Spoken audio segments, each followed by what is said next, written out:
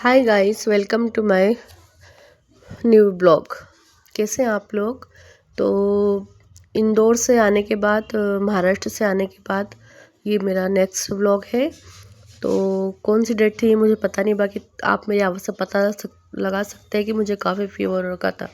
तो ये इससे पहले मैंने आपको जो फ़ोटो बताई थी, वीडियो था, वो मेरा कज़िन ब्रदर था जो इंदौर में पंचशील नगर में रहता, उसका सबसे छोटा वाला ब्रदर जो मेरी बुआ के घर पे रहता है। तो वो आया हुआ था किसी काम से। तो मेरी तबीयत काफ़ी ख़राब थी, आपने फ़ोटो में देखा था। तभी मैं हॉस्पिटल जा रही थी, तो हॉस्पिटल से होकर मैंने डॉक्टर ने ट्रीटमेंट लिया। उसके बाद मुझे टाइफाइड कन्फर्म हुआ, फिर टाइफाइड की माला भी डलवाई। और मैं तो कुछ खा नहीं रही थी, तो मैंने मेरे लिए फ्रूट लिया और मेरी बेटी के लिए सिंपल खाना मैंने पार्सल करवा लिया। तो पता नहीं, मेरा फ़ीवर भी उतर ही नहीं रहा है। मैंने सारे टेस्ट भी करवा लिए। टाइफाइड का है तो उसमें कुछ मतलब मेरे को बिल्कुल अच्छा फ़ील नहीं हो रहा है। तो बस वही ट्रीटमेंट चल रहा है। तो मैं रूटीन के ब्लॉग नहीं बना पा रही हूँ, जो बन रहा है थोड़ी बड़ी क्लिप में डाल रही हूँ।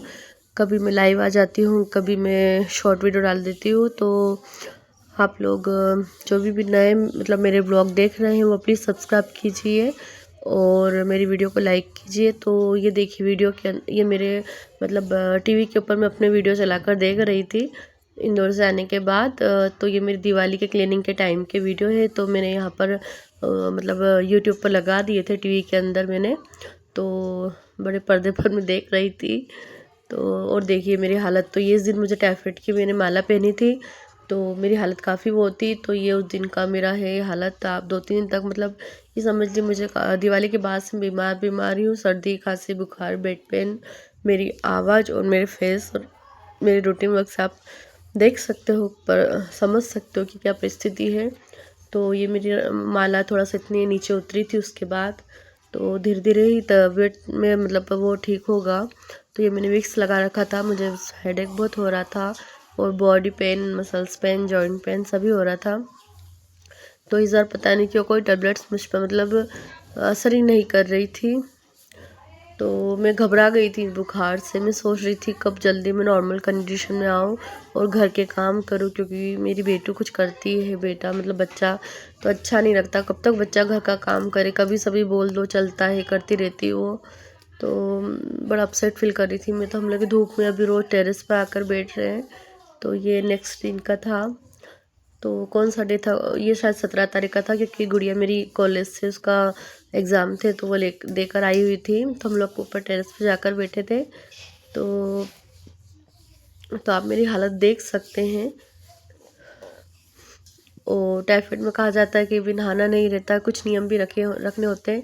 तो मैं गर्म पानी से हाथ में धो के कपड़े चेंज कर लेती थी। और वाकई में इतना मतलब वीकनेस अंदर ही अंदर इतना वीकनेस लगता है कि चाहकर भी, अब आप देख सकते हैं मेरे फेस को।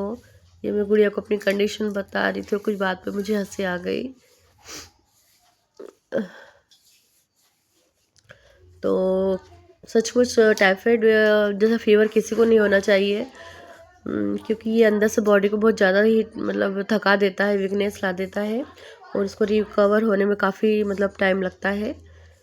तो बस आप लोग खुश रहिए और मस्त रहिए और अपने हेल्थ का ध्यान रखिए।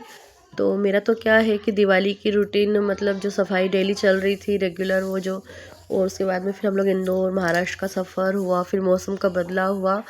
तो ये सब कुछ उससे हुआ। फिर नेक्स्ट डे का था तो फिर हम टेरेस पे बैठे थे। गुड़िया घर का काम संभाल लेती है, तो इस दिन थोड़ा मुझे फ़र्क लगा था। मेरी माला थोड़ी और नीचे आ गई थी। और ये देख सकते हैं आप मेरा फेस। गुनगुने पानी से मैंने हाथ में स्पंज करके मतलब कपड़े चेंज कर लिए थे। और धूप में मैं आधा 1 घंटा सो जाती हूँ यहाँ पर। तो अपनी टेबलेट्स, पानी वगैरह सब मैंने यहीं रख लेती हूँ। और धूप बहुत ज़रूरी होती है, विटामिन डी का मतलब मेंटल हेल्थ और फिज़िकल हेल्थ के लिए काफ़ी मतलब इसका वो होता है योगदान। तो ये देखिए, तो फिर हम लोग कुछ टाइम यहाँ पर बैठे, गुड़िया भी मेरे साथ ही थी। ये किसी शरारतें करती रहती है।